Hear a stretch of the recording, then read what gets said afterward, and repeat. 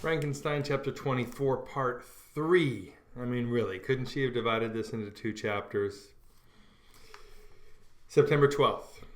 It is past. I am returning to England. I have lost my hopes of utility and glory. I have lost my friend, but I will endeavor to detail these bitter circumstances to you, my dear sister, and while I am wafted towards England and towards you, I will not despond. September 9th, the ice began to move, and roarings like thunder were heard at a distance as the island split and cracked in every direction. We were in the most imminent peril, but as we could only remain passive, my chief attention was occupied by my unfortunate guest, whose illness increased in such a degree that he was entirely confined to his bed. The ice cracked behind us and was driven with force towards the north. A breeze sprung from the west, and on the 11th the passage towards the south became perfectly free.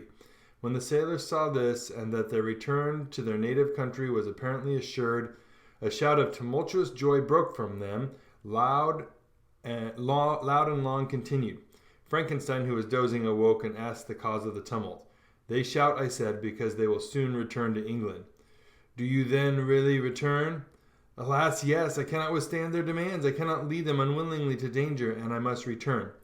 "Do so if you will, but I will not.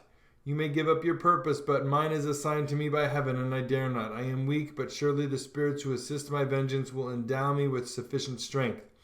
Saying this, he endeavored to spring from the bed, but the exertion was too great for him. He fell back and fainted. It was long before he was restored, and I often thought that life was entirely extinct. At length he opened his eyes. He breathed with difficulty and was unable to speak. The surgeon gave him a composing draught and ordered us to leave him undisturbed. In the meantime, he told me that my friend had certainly not many hours to live. His sentence was pronounced, and I could only grieve and be patient. I sat by his bed, watching him. His eyes were closed, and I thought he slept, but presently he called to me in a feeble voice, and bidding me come near, said, "Alas, the strength I relied on is gone. I feel that I shall soon die, and he, my enemy and persecutor, may still be in being. Think not, Walton, that in the last moments of my existence I feel that burning hatred, an ardent desire for revenge I once expressed, but I feel myself justified in desiring the death of my adversary. During these last days I have been occupied in examining my past conduct, nor do I find it blamable. In a fit of enthusiastic madness I created a rational creature and was bound towards him to assure, as far as was in my power, his happiness and well-being. This was my duty, but there was another still paramount to that. My duties towards the beings of my own species had greater claims to my attention, because they included a greater proportion of happiness or misery. Urged by this view, I refused, and I did right in refusing, to create a companion for the first creature. He showed unparalleled malignity and selfishness in evil. He destroyed my friends. He devoted to destruction beings who possessed exquisite sensations, happiness, and wisdom. Nor do I know where this thirst for vengeance may end. Miserable himself, that he may render no other wretched, he ought to die. The task of his destruction was mine, but I have failed. When actuated by selfish and vicious motives, I asked you to undertake my unfinished work, and I renew this quest now when I am only induced by reason and virtue. Yet I cannot ask you to renounce your country and friends to fulfill this task, and now that you are returning to England, you will have little chance of meeting with him. But the consideration of these points, and the well-balancing of what you may esteem your duties, I leave to you. My judgment and ideas are already disturbed by the near approach of death. I dare not ask you to do what I think right, for I may still be misled by passion. That he should live to be an instrument of mischief disturbs me. In other respects, this hour, when I momentarily expect my release, is the only happy one which I have enjoyed for several years. The forms of the beloved dead flit before me, and I hasten to their arms. Farewell, Walton. Seek happiness in tranquillity, and avoid ambition, even if it be only the apparently innocent one of distinguishing yourself in science and discoveries. Yet why do I say this? I have myself been blasted in these hopes. Yet another may succeed. His voice became faint as he spoke, and at length, exhausted by his effort, he sunk into silence. About half an hour afterwards he attempted again to speak, but was unable. He pressed my hand feebly, and his eyes closed forever, while the irradiation of a gentle smile passed away from his lips. Margaret, what comment can I make on the ultimate untimely extinction of this glorious spirit? What can I say that will enable you to understand the depth of my sorrow?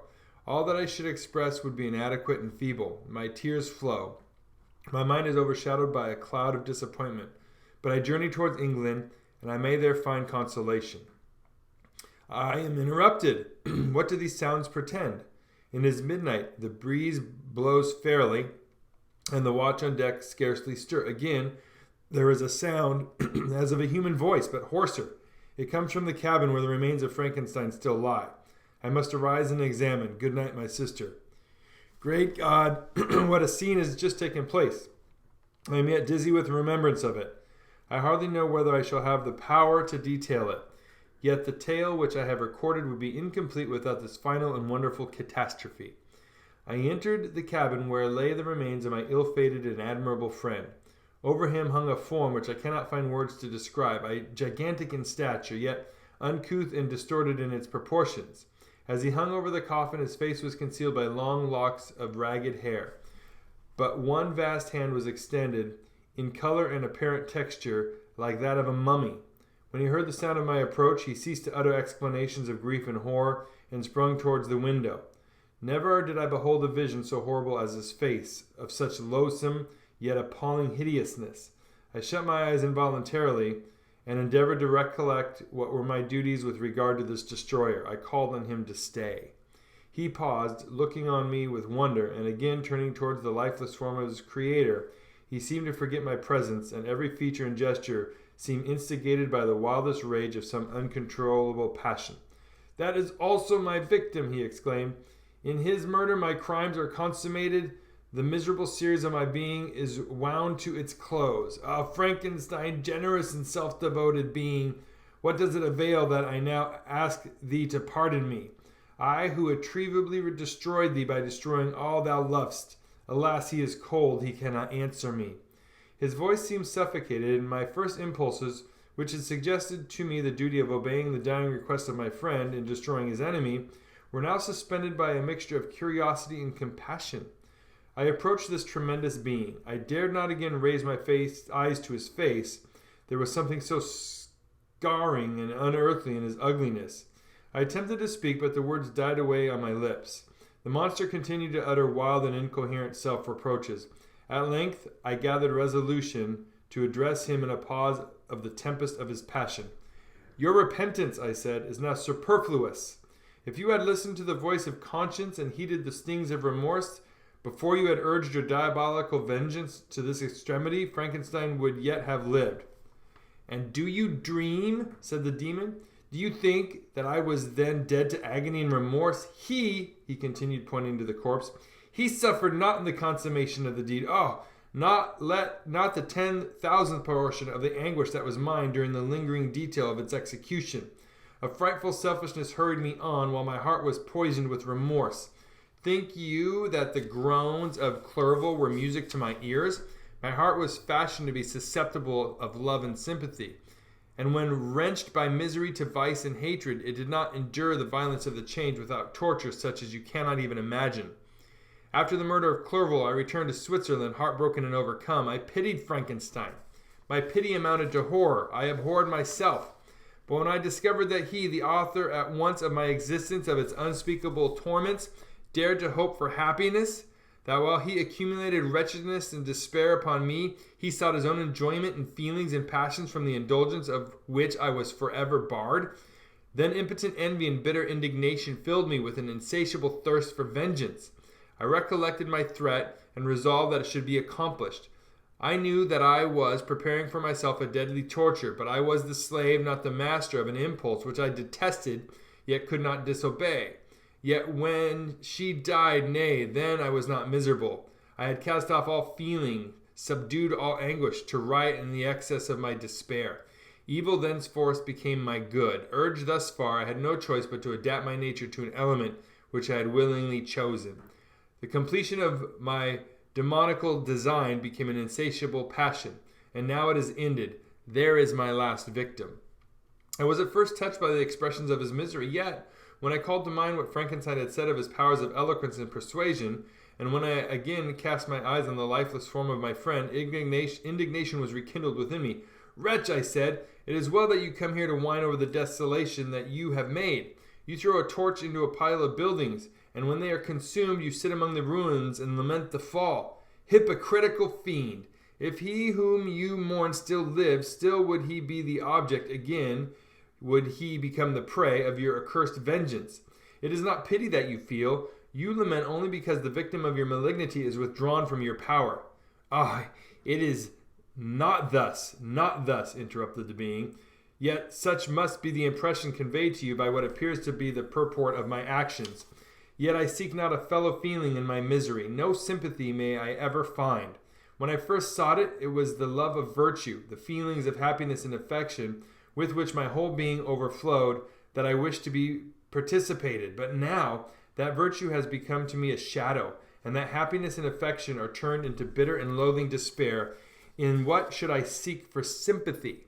I am content to suffer alone while my suffering shall endure. When I die, I am well satisfied that abhorrence and opprobrium should load my memory.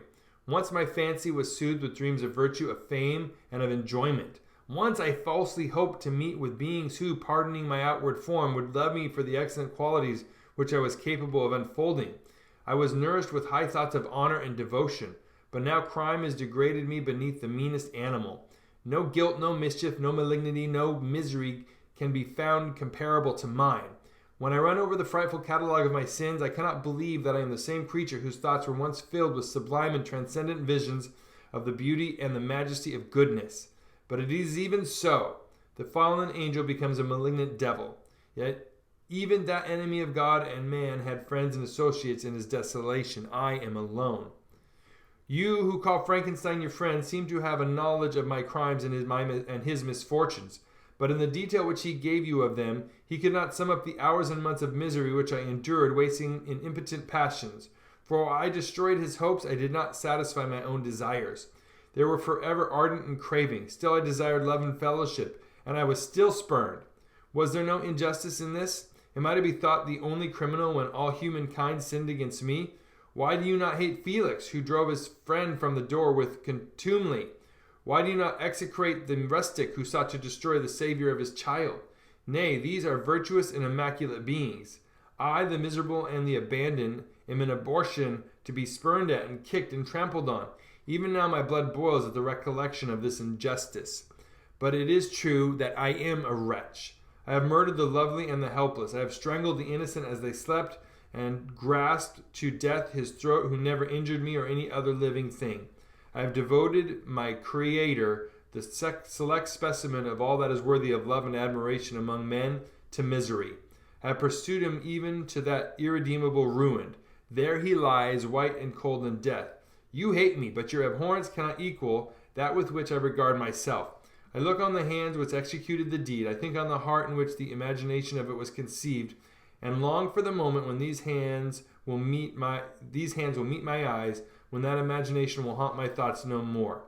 Fear not that I shall be the instrument of future mischief. My work is nearly complete.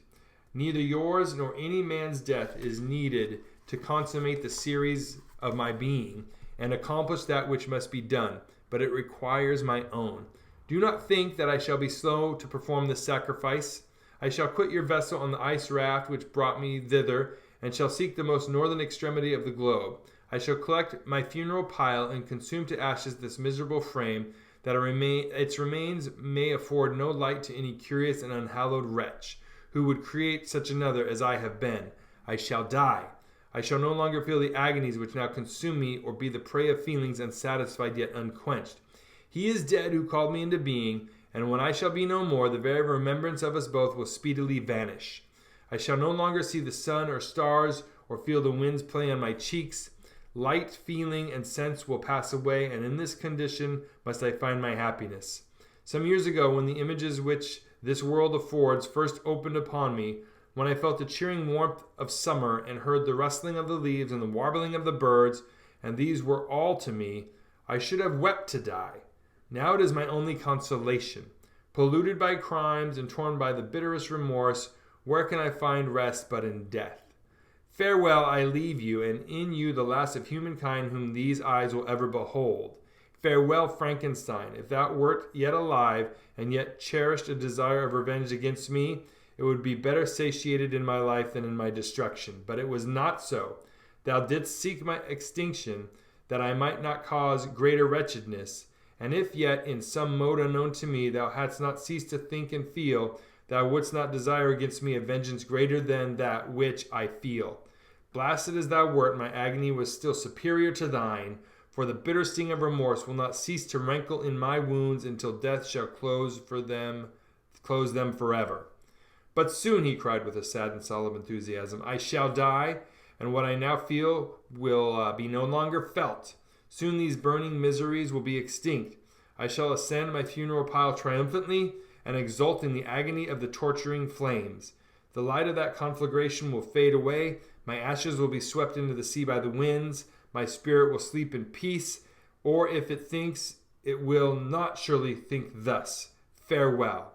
He sprung from the cabin window as he said this, upon the ice raft which lay close to the vessel. He was soon borne away by the waves and lost in darkness and distance. The end. Thank you for watching this video. Up here, please subscribe. Over here, more Frankenstein. And these two playlists, just something to check out because you're a kind and wonderful person. Thanks for watching. Until next time.